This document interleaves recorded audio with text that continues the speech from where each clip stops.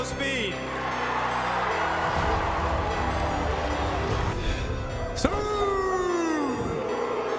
سبيد أو I show سبيد، من منا لا يعرفه أو حتى لم يسمع باسمه، واحد من أكثر صناع المحتوى إثارة للجدل بسبب تصرفاته المجنونة وغير المتوقعة أمام الكاميرا، وقد ظهر مؤخرا في شوارع الجزائر والمغرب ومصر وبعض البلدان الإفريقية. ولكن انتظر، لماذا أتى أصلا؟ ومن هو؟ وكيف انشهر؟ وما هو محتواه؟ وكيف يربح ملايين الدولارات من هذا المحتوى؟ تابعوا للأخير لمعرفة قصته لأنها غريبة نوعا ما. وإذا تحبوا هذا النوع من الفيديوهات ادعمونا باللايك والشير والسبسكرايب. وهيا نبدأ. Let's go.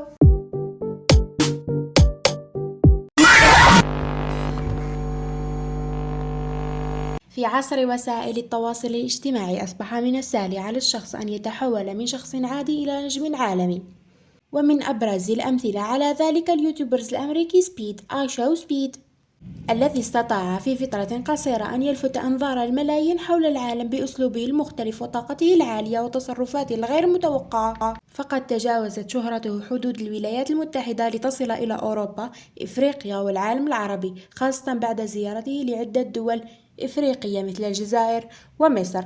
إذن فمن هو سبيد؟ سبيد واسمه الحقيقي دارين جاسنتن، هو صانع محتوى أمريكي ولد في 21 جونفي 2005 بولاية أوهايو.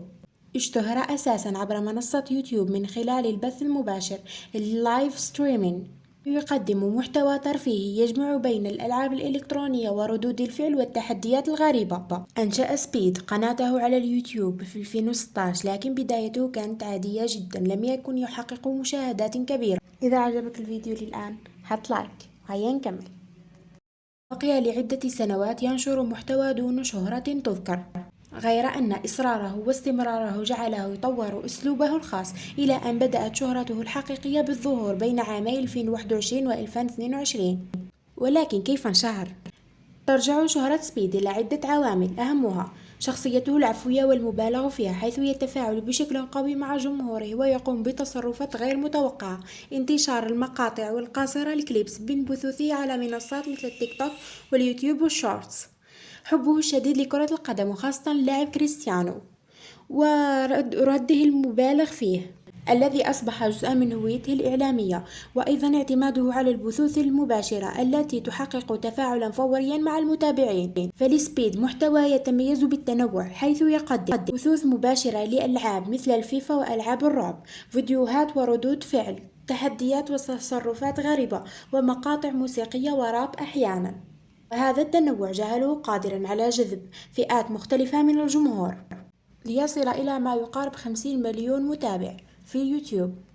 فما هي مصادر دخل سبيد؟ يحقق سبيد أرباحا من عدة مصادر، من بينها أرباح الإعلانات من اليوتيوب، التبرعات أثناء البث المباشر، التعاونات مع الشركات، والموسيقى التي ينشرها على المنصات الرقمية، وبيع الملابس والمنتجات الخاصة به لمتابعيه ولجمهوره. ويقدر دخله بمئات الآلاف من الدولارات شهريا حتى يصل إلى الملايين. فسبيد معروف أيضا بإثارته للجدل، حيث يتعرض للانتقادات بسبب بعض تصرفاته الغير لائقة، كما تم حظره سابقا من منصة تويتش. إضافة إلى ذلك اشتهر بعدة مواقف غريبة مثل الصراخ المبالغ فيه، كسر الأدوات، وحتى تدخل الشرطة في بعض اللايفات، وإصدار أصوات الحيوانات كالنباح مثل الكلاب.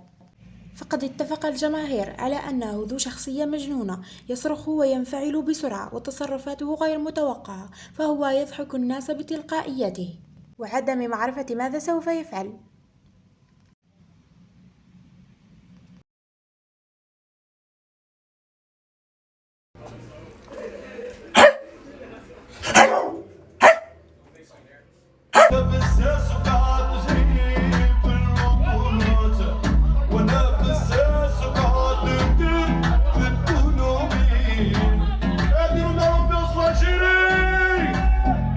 ولكن انتظر، لماذا سبيد في إفريقيا؟ وذلك لتوسيع شهرته خارج أمريكا وأوروبا، ودخوله السوق الإفريقي، وتقربه من الجمهور العربي، لامتلاكهم كتلة وتفاعل قوي في السوشيال ميديا، ولتجديد المحتوى وعدم تكريره من خلال ثقافة جديدة وأكل جديد وناس جدد وردود فعل عفوية. فسبيد لم يكن في سياحة بريئة، بل هي خطة ذكية لصنع محتوى يرال قوي، يعني بث مباشر في الشارع وليس الألعاب فقط، حيث استغل الحماس الكبير للجماهير خاصة محبي كرة القدم. وقد لاقت هذه الزيارة تفاعلا واسعا وانتشرت مقاطعها بسرعة عبر وسائل التواصل الاجتماعي. فسبيد يعتبر نموذجا جديدا لصناع المحتوى في العصر الرقمي، حيث اعتمد على شخصيته الفريدة والتفاعل المباشر مع الجمهور ليبني شهرته العالمية في وقت قصير. ورغم الجدل الذي يرافقه، يبقى سبيد واحدا من أكثر الشخصيات تأثيرا على عالم اليوتيوب الحالي. وفي النهاية، سبيد ليس مجرد يوتيوبر عادي، بل ظاهرة على مواقع التواصل الاجتماعي استطاع تحويل شخصيته المجنونة والعفوية إلى علامة مميزة وصلته للعالم كامل، من أمريكا حتى إفريقيا والعرب. نجاحه هذا يبين لنا أن الشهرة في الإنترنت لا تحتاج الكمال، بل تحتاج الجرأة والاستمرارية وفهم الجمهور. السؤال الذي نطرحه اليوم: هل سبيد مثال للنجاح الذكي ولا مجرد ترند مؤقت؟ اكتبوا لنا رأيكم في التعليقات، وإذا عجبكم المحتوى ما تنساوش اللايك والاشتراك باه يوصلكم كل شيء جديد. ونشوفكم قريب في الفيديو الجاي إن شاء الله. سلام.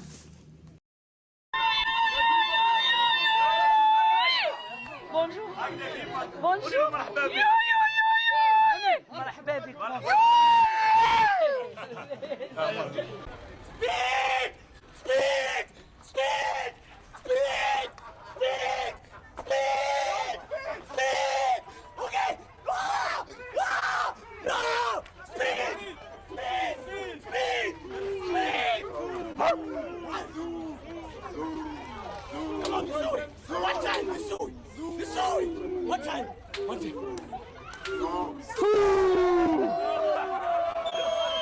Can I get a hot dog? Oh my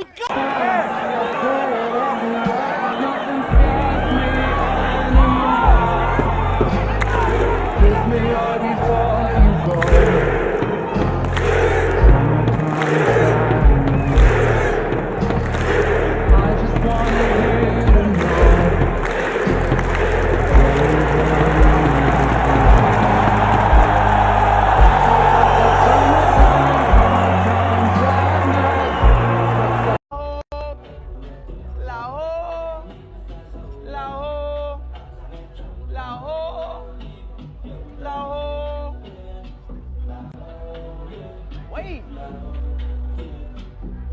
Why didn't Green Apple say happy birthday to me?